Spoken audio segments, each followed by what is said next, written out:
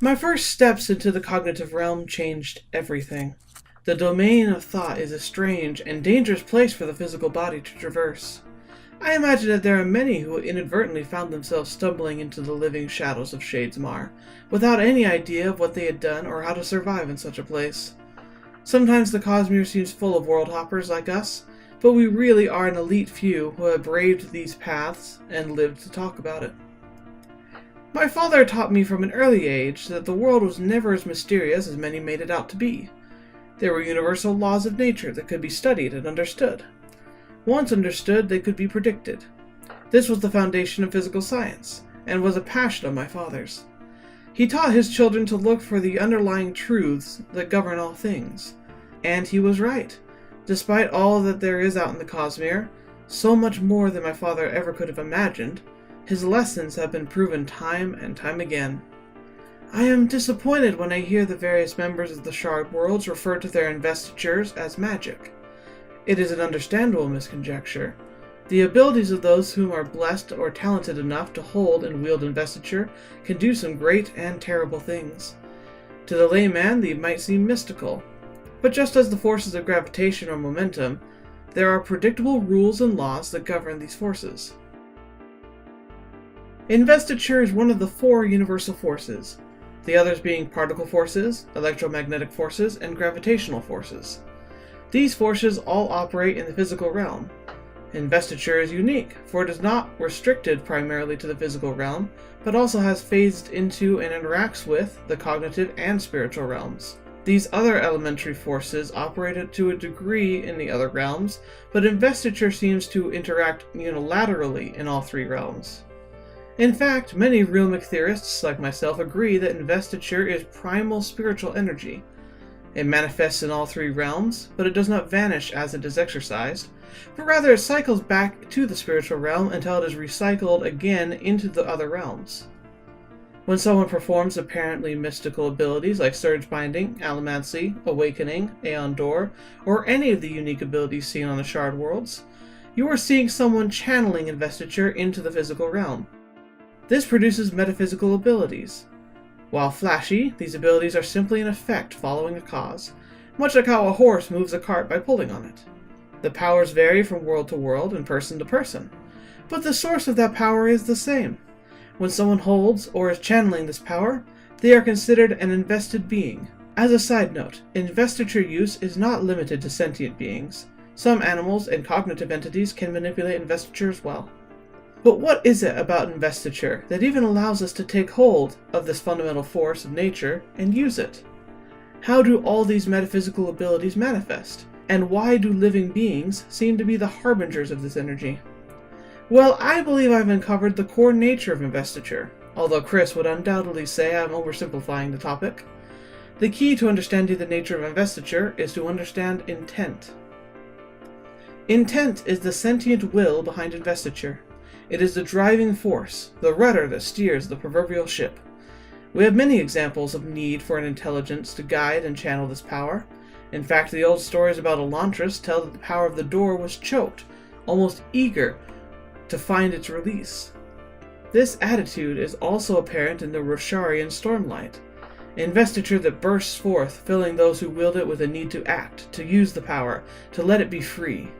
Investiture echoes intelligence and life, clinging to it like dew collecting on the grass in dawn.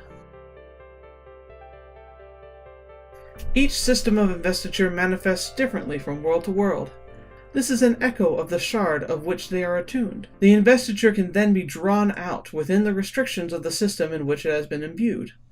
These systems have their own logic and governing laws that make them appear so alien to one another, yet the raw power is ultimately the same, and manifests in similar ways as either a metallic solid, liquid, or gas.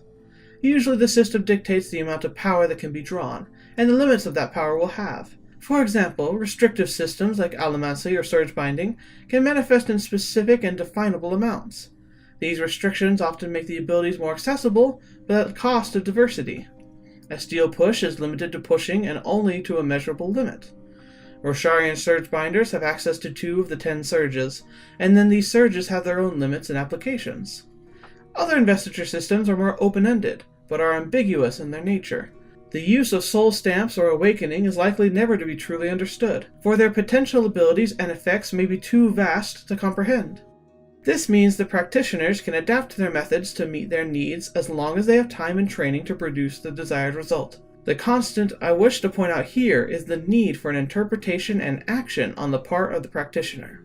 No investiture could work without a willful action or thought of the person holding the power, even if that direction is subconscious.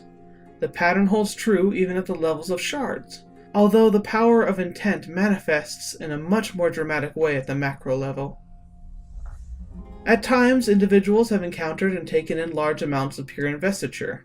This power coalesces inside the being of an individual and seeks to be channeled. If enough raw power is there, the mortal body is not a good enough vessel to maintain that power. The words of founding speak of this when Vin entered the Well of Ascension, her cognitive and spiritual selves growing in order for her to be able to channel the massive amount of power that sought intent and intelligent guidance. At this level, the power manifests a primal will of its own. The power can still be wielded freely, but it cannot deny its overall nature.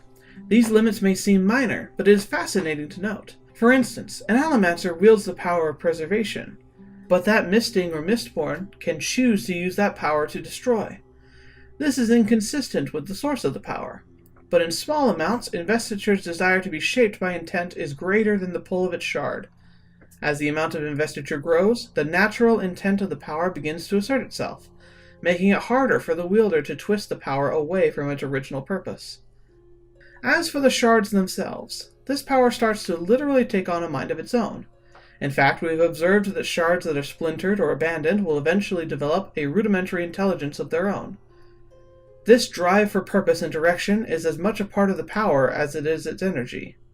When the 16 first took up the powers of Aldonasium, they commanded the power as they saw fit. However, over the ages, the intent inherent to each shard began to smother the holders of the power.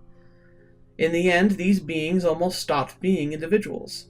They became puppets to the nature of their shards, still intelligent and with an identity, but their personal intent was twisted until it perfectly mimicked the intent of the investiture they had been attuned to from the beginning. While investiture seeks to be shaped by intelligence and intent, it has by nature an intent of its own. I believe these drives are echoes from the entity from which they were ripped. Its very nature upon reflection seems to prove that this power came from a vast intelligence, and because of that it seeks by its own nature to be shaped once again. If we ever truly wish to unravel the greater mysteries of the Cosmere, we must remember the constant that is intent. No matter how big or heavy an object is, it will fall at just the same rate as any other object. Likewise, no matter how much investiture is obtained, it will seek to be shaped by a mind.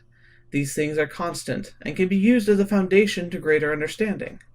We've been spending a lot of time at the great crossroads in the cognitive realm.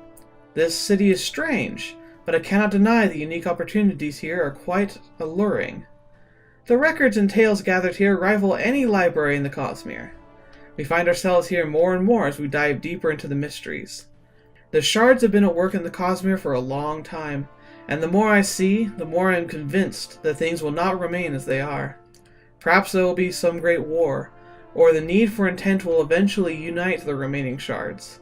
The way ahead is murky, but we will do our best to help you see things a little more clearly. Until the next time, Elsric. Postscript. Kassar would like me to ask that the next messenger we see bring her a little of the latest in your local fashion. I promised to take her dancing, and she wants to see what modern Scadrians are wearing.